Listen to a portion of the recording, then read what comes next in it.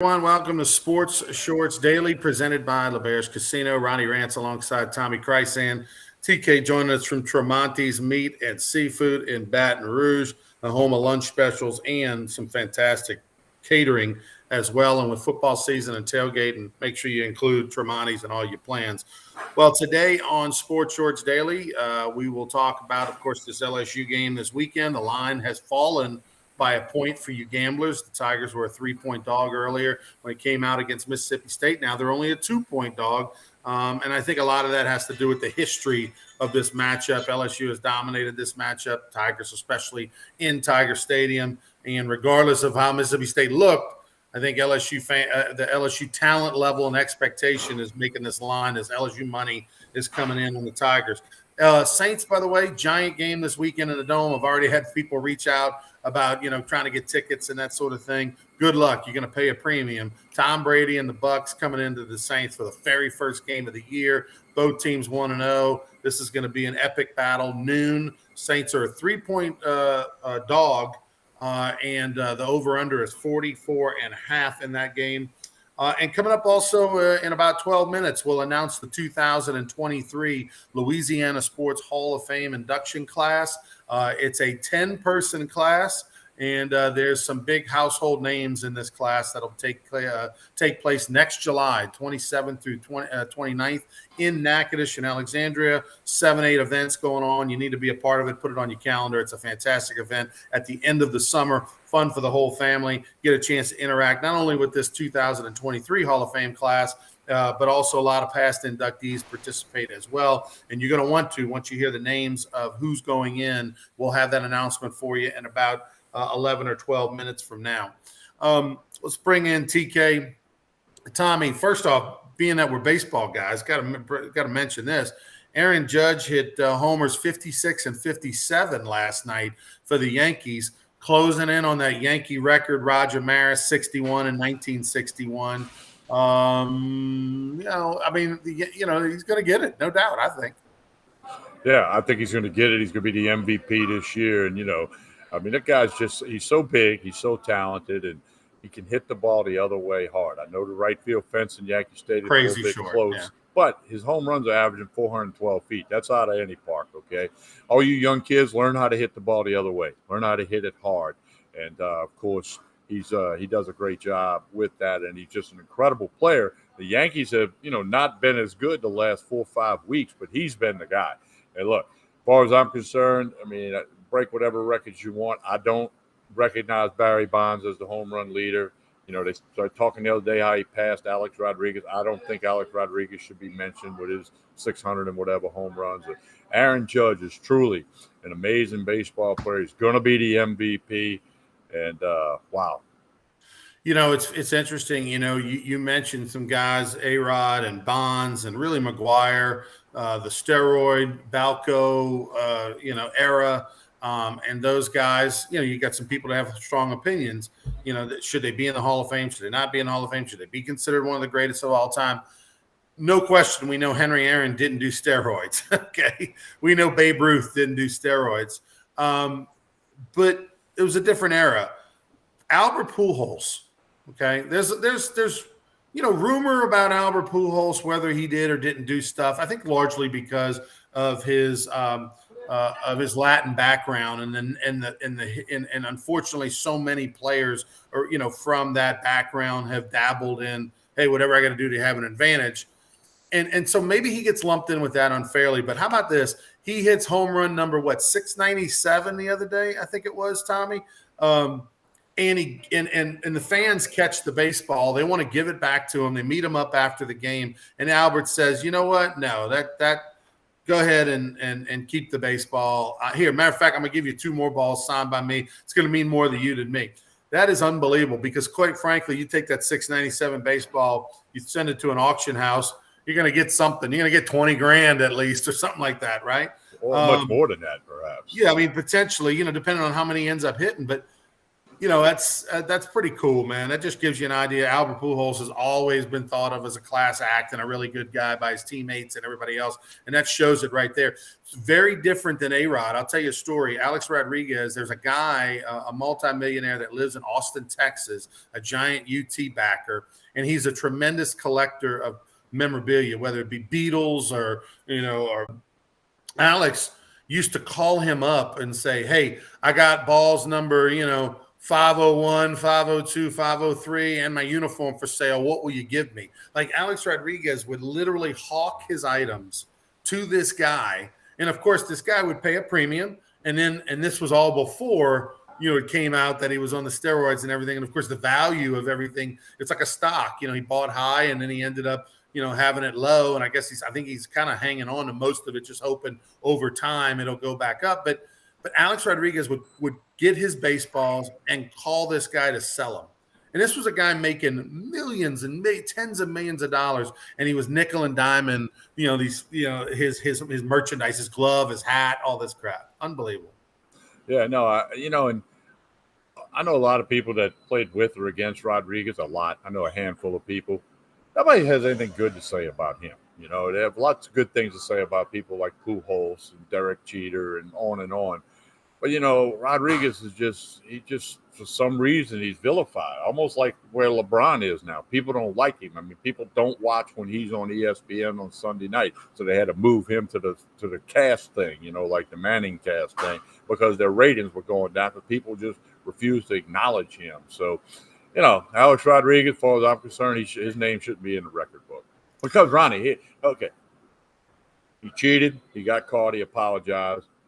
Said it would never happen again. He cheated again, got caught. I mean, this is not, right. To me, it's a little different than Bonds and McGuire and Palmeiro. In my book, it's a little different. And why they just keep putting him on TV, I just don't understand it. I'm not a fan, obviously, but man, it's bizarre. He's vilified, no question. All right, let's talk a little football. LSU, the line has moved to 2. Why? I don't know. Maybe it's like you said, the history. Last year LSU won in Starkville. 2 years ago was the KJ Costello, Ronnie Rance Heisman Trophy performance. And Mike Leach, the air raid. There's concerns. They completed. The quarterback's really good. This Will Rogers, he can run, he can throw. At one point last week, he threw to 11 different receivers. Okay, that's the air raid. You and I worked when Hal Mummy ran it at Southeastern. Much different scenario, but we saw like guys you never heard of catching passes in the second quarter. So that's what Leach does. And the difference with State this year is they can run the football. Now, the game's in Baton Rouge. There's really no measuring stick on LSU's victory over Southern as far as football goes. But I just think, SEC opener, and maybe the money's coming in on LSU with that 3 points, so they had to get it down to 2. Going to be a heck of a game. Should be a big crowd. Not as big as last week with Southern, but I'm looking forward to it. The question is, can you take anything away from the big win over Southern? And I can't. I can't really take away, oh, they really improved in this area, they improved in that area. The one thing I will take away from is on the very first extra point that they kicked, which was seconds into the game. They totally had a different alignment, Tommy, than what they did against Florida State.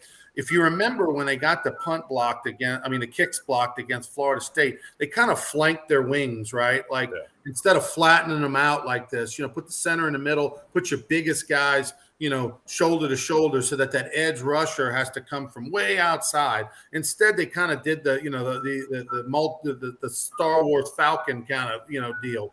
And then so it was a shorter run if you busted through the line.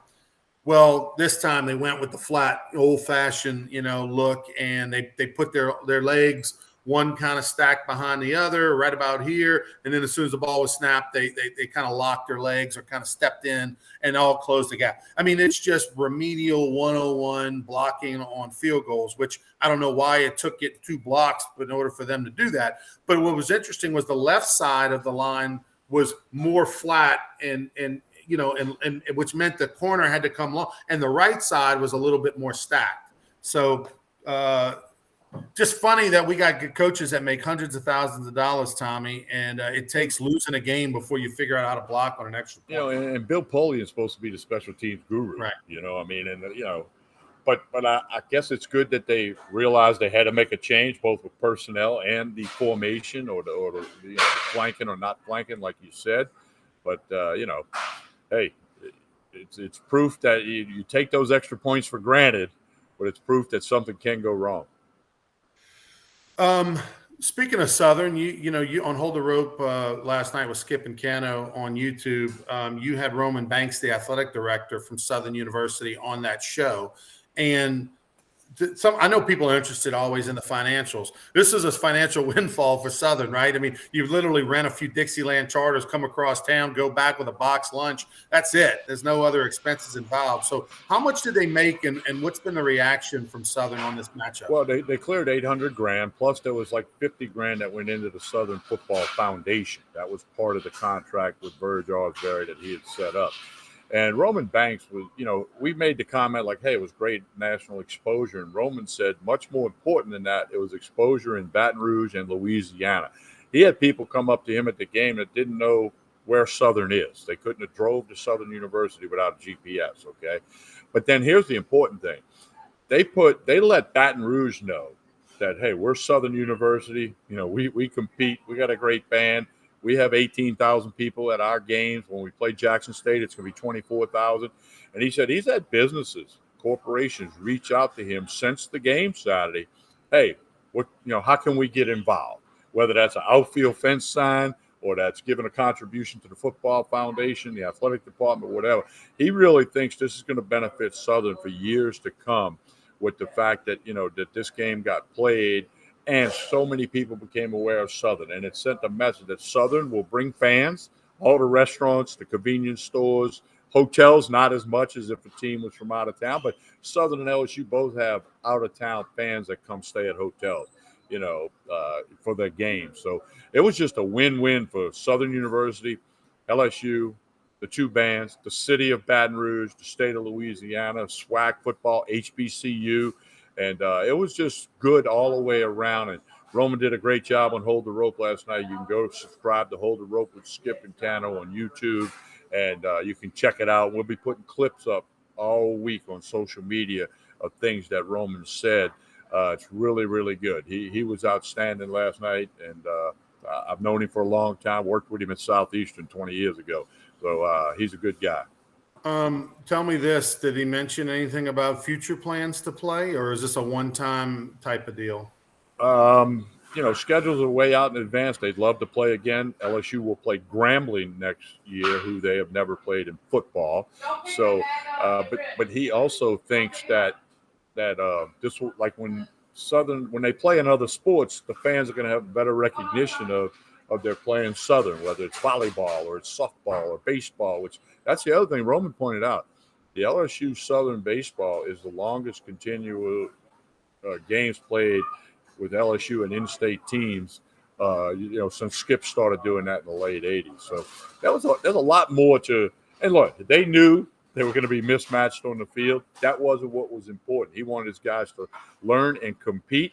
His coach Dooley knew that going in. And it's going to help them in recruiting. It's going to help Southern in a lot of ways, which helps Baton Rouge. It helps Louisiana. And I think it's great all the way around. No, I think it's fantastic. And by the way, I don't know if LSU's ever going to play Southern again, quite frankly. I don't know, because what we don't know is we don't know what the future of college football looks like. Is it going to go to the power conferences and they only play each other? And are they, how many games are they going to play? And what's that going to look like? And I think it's going to change. I think we all agree that it's going to change drastically. Or playing a 1AA opponent type of thing, an FCS opponent is going to hurt you, in some sort of power ranking or something. So I don't know if LSU ever gets a chance to play Southern again. But hey, at the end of the day, they did it once, and like you said, that not only are they making money for the now, but it looks like this matchup's going to lead to boosters and support for the program for hopefully years and decades to come, which means that they'll make a lot more than $800,000. And I hope it makes more people aware of Southern and their athletic department, their university, and this, that, and the other. You and I have both been out there many a time to do many a sporting event. Coach Cano worked there. Skip very close to a lot of people over the years at Southern. So let's hope it just helps our community and both universities, which I think it will. All right. So before we get to talking about the New Orleans Saints and their matchup against Tampa Bay, I want to make an announcement that the 2023 Louisiana Sports Hall of Fame induction class has now been officially announced. Save the date for July 27th, 28th, and 29th. That's the last weekend, Thursday, Friday, Saturday in July. July 27th, 28th, 29th. Normally, it's always the last weekend in June, but we had to make a change and move it back a month to accommodate working around the Manning Passing Academy, which does its fantastic event down at Thibodaux at Nichols, over 1,000 kids from around the country. And because of that, the reason is because Eli Manning is going into the Hall of Fame class next year. He is the headliner of a 10-person Hall of Fame class. Eli Manning will be joining Matt Forte, the former Slidell High star and Tulane University running back who had a great career with Chicago Bears, still lives in the Chicago area. Matt Forte will be going into this year's class. In addition, a lot of LSU players. How about former wide receiver Wendell Davis, who was a fantastic player in the 80s and then played for the Bears, and tragically in 5.5 years into his career, he tore both knees on a play in Philadelphia on that terrible turf and won a giant lawsuit against Veterans Stadium. Those are the three kind of footballers in the 2010 class. And Tommy, you're going to like this. We are loaded with baseball guys in 2023. Congratulations to Ron Washington from 70-year-old from New Orleans, of course, managed in the big leagues. He's currently with the assistant coach, the third base coach with the Atlanta Braves, won a World Series a year ago, a fantastic ambassador of the game, ambassador of New Orleans, lives there in the offseason. Great friends with Ron Maestri, very close to the UNO program.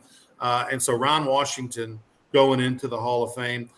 He'll be joined by another Braves guy, Paul Byrd, some former teammate of mine who does the games on TV locally and Fox and over there. And he also, of course, played for the Braves, 14 years in the big leagues, an all-star in 2009 with the Philadelphia Phillies, still holds the record for most wins in a single season at LSU, and was, of course, a giant part of that 1991 national championship team. So Paul Byrd going into the Hall of Fame.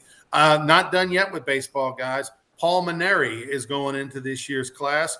Coach Maneri, of course, national championship coach at LSU, second winningest coach of all time behind Skip Bertman over there, and a legend, over 1,500 wins in his career in college. So Paul is going in, and then that's not it. M.L. Woodruff, the Parkview Baptist head coach, 11 times state champion at Parkview Baptist High School, got his first state championship in LHSAA, went through me to get there in 1989. They beat me in the playoffs to go ahead and take their first title, went on to win 11 and retired, Tommy, really too early. And so ML would have won many, many more, but he's a class act and well-deserving as he is going into the Hall of Fame as well. So before I finish the class, just some reaction from you, TK.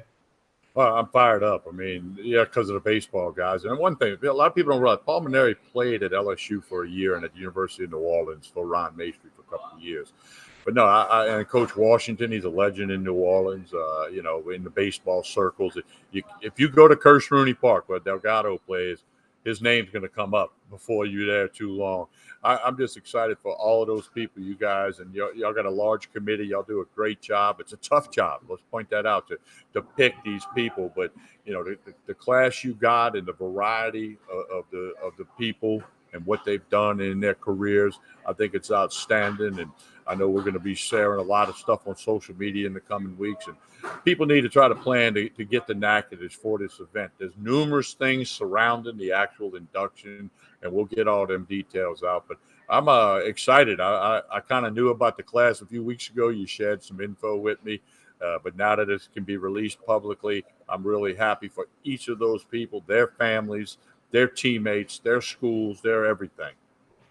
All right, so to finish out the class, I remember this young lady when I was 20 years ago was doing the doing a TV show called it was called Prep TV. We did it for 5 years. I was the producer of it, and we featured high school athletes all around the state in the fall. And Elena Beard was one of the players we featured. Elena Beard from Southwood High School in Shreveport. She went on to play at Duke, was a multi-year All-American, played on some USA teams, had a fantastic WNBA career.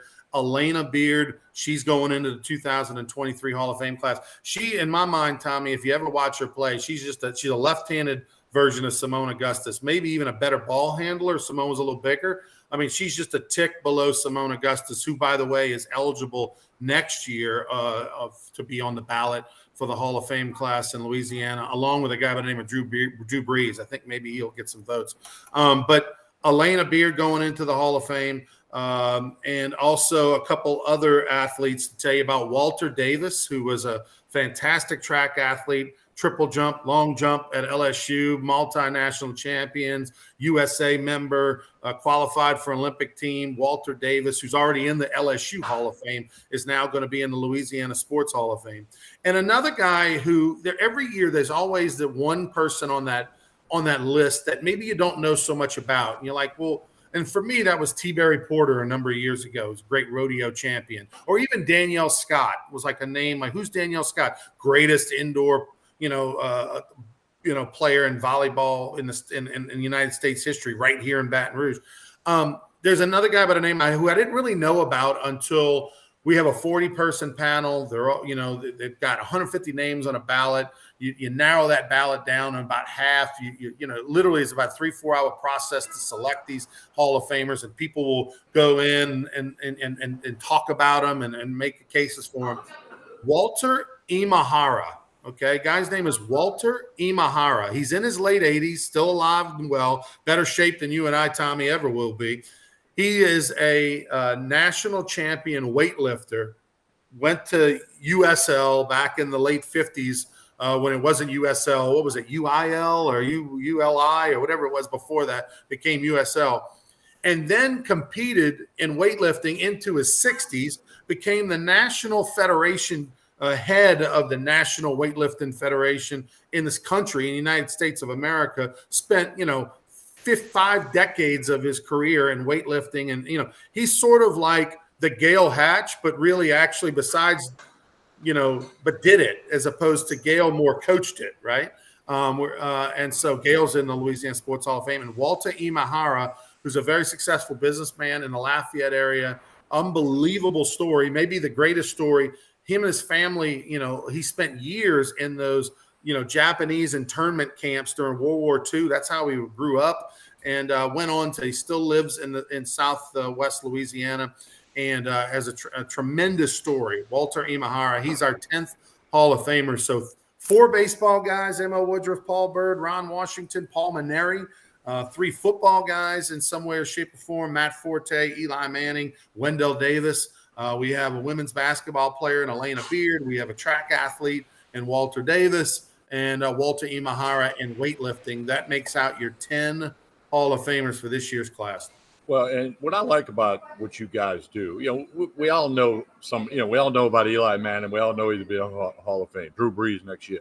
But you guys have recognized other great stories. I mean, the sports world's all about stories. Like, the boxer that went in a couple of years ago, and the weightlifting guy with Walter Imahara. That shows the completeness of the Louisiana Sports Hall of Fame. The rodeo guy that went in last year, I want to say, or 2 years ago. It shows that, hey, you guys, your panel, that you're recognizing the accomplishments of not just the football star or the baseball star or the basketball legend. You're recognizing true greatness in the state of Louisiana, and that's what a Hall of Fame should do. And I tip my hat to you and the committee. Well, we appreciate the kind words, Tommy. And, it's like the great thing about my job is is being a part of those phone calls to call the Hall of Famers to tell them they're getting in. It's usually a very emotional moment for them. That was really cool to do that. Also, it's an easy pick because there's so many great, well-deserving people in the state. Some states, imagine being the guy who's the head of the Kansas, Hall of Fame, or the guy who's the head of the, Montana, Hall of Fame, or the Missouri Hall of Fame.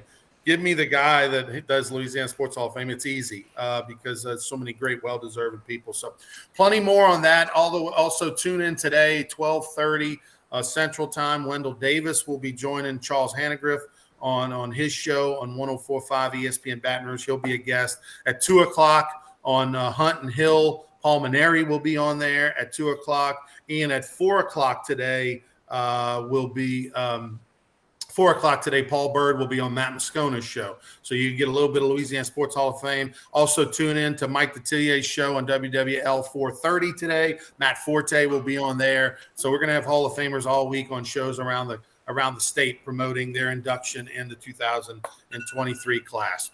All right, let's talk about Saints. Talk about Mike Detilier. What a crazy game. I love the videos that have come out in Atlanta. Saints fans just celebrating, kind of taking over the dome, partying, after they, of course, make the kick, block the kick, win the game. It was just an absolute party with Saints fans in Atlanta as they love the trash talk, those two groups. Well, and lots of Saints fans make the trip to Atlanta. Lots of Falcon fans will come to New Orleans whenever that's later on the schedule. But it's like we talked about Monday. It's one of them games you get to win, and you can't wait to get on a plane and get out of there before somebody changes their mind. It was a game they didn't deserve to win, but they found a way to win, and that's a sign of a good team. So, Saints fans are fired up and love it. I think the Dome's going to be rocking this Sunday when the Buccaneers come in, especially when you beat the Dirty Birds, you beat the Falcons, and that's a big thing.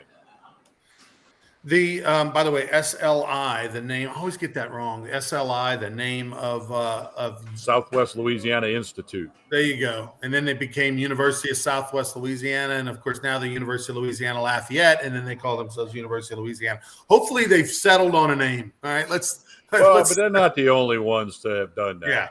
Yeah. Southeastern used to be Southeastern Louisiana College in 1925 when Linus Sims started that school. So, it's happened a few times. The Saints team, in your mind, Tommy, after watching them for with the real bullets for a game over in Atlanta, what do you think is the most important thing for this team in order to be successful? Well, I mean, the defense is there, but you got to get the consistent play out of Winston. He was fabulous in the last 11 minutes. He was shaky before that. Maybe that was just a little subconscious thing for Winston bouncing back from the injury, and he just had to get hit. He had to, run a little bit because you cannot simulate the game in practice. That just doesn't work in the NFL or most sports at any level. But I like where the Saints are. They got a win that they maybe, shouldn't have got. That's a good thing. We're going to look back on this at the end of the year. If it's close on them getting in the playoffs or winning the division, that'll be important. But I like the defense. They got some things they'll clean up. That old theory that after you play that first game, there's a lot of improvement before the next game. So we'll see if that works. And, the whole thing with Tom Brady, a lot of attention on this game this week. I like where the Saints are, and I like the prospects of what they're going to do. I think the offensive line is clearly the most, important aspect to watch for this team because to me, Tommy, Jameis still has a lot of that Tampa in him where, once that pocket starts to collapse, he's looking at the rush, he's looking to run, anywhere but his eyes being down the field. And, we just got so spoiled with watching Drew just subtly move throughout the pocket, always keeping an eye downfield. Now we're back to normalcy, right? We've got a guy who's got some moxie, no doubt about it. But at the same time, you got to keep that pocket clean, and then you got to be able to run the football. And they were able to do both of those things a little bit late. But to me, that offensive line, will it be able to work and gel? That is the thing that they've got all the weapons on offense. They've got the talent on defense. It's just, to me, it's that O-line is what I'm going to be keeping an eye on. All right, yeah, that's what Chance says. Offensive line, defensive line better pick it up a notch. So that'll be key. And absolutely. It should be a heck of a game Sunday. We'll see if that line changes, and we'll talk more about it on Friday. And, of course, on Sports Shorts Radio on Saturday morning from 10 to noon on 104.5 ESPN. It's just incredible. You can't say it enough that the Saints are 4-0 against Tom Brady and the Bucs in the regular season in the last 2 years. I mean, come on. That's crazy. It almost thinks you can't be 5-0, but hey, it'll be fun. Unbelievable. All right, we'll be back on Friday morning for more Sports Shorts Daily. Until then, have a great one. Tommy, tell us as we get out of here about Tremonti's. Hey, lunch special today is lasagna. It's mom's recipe. It's very, very good if you like lasagna. You get a little salad with it. It's a good deal. And if you're tailgating, all your party platters, your tailgating stuff, get it from Tremonti's. Of course, if you're doing it at home with a bunch of people coming over, all the platters you can imagine, whatever you want. No matter how many people, Tremonti's can put that catering thing together for you. Small group, large group, it does not matter. Tremonti's Meat and Seafood. Big bourbon raffle tomorrow. Live on Facebook, Tremonti's Meat and Seafood, 10:30 tomorrow morning. The bourbon raffle that they've been promoting, they've gotten a tremendous response for it. That's going to be there. So go to Tremonti's Meat and Seafood Facebook for more information, or go to tremontis.com, their website where all your tailgating stuff, the pricing is all on there. But click the bourbon raffle ticket, because the deadline to buy a ticket is midnight tonight. Tremonti's Meat and Seafood in Baton Rouge. All right, have a great one. We'll see you on Friday, everybody.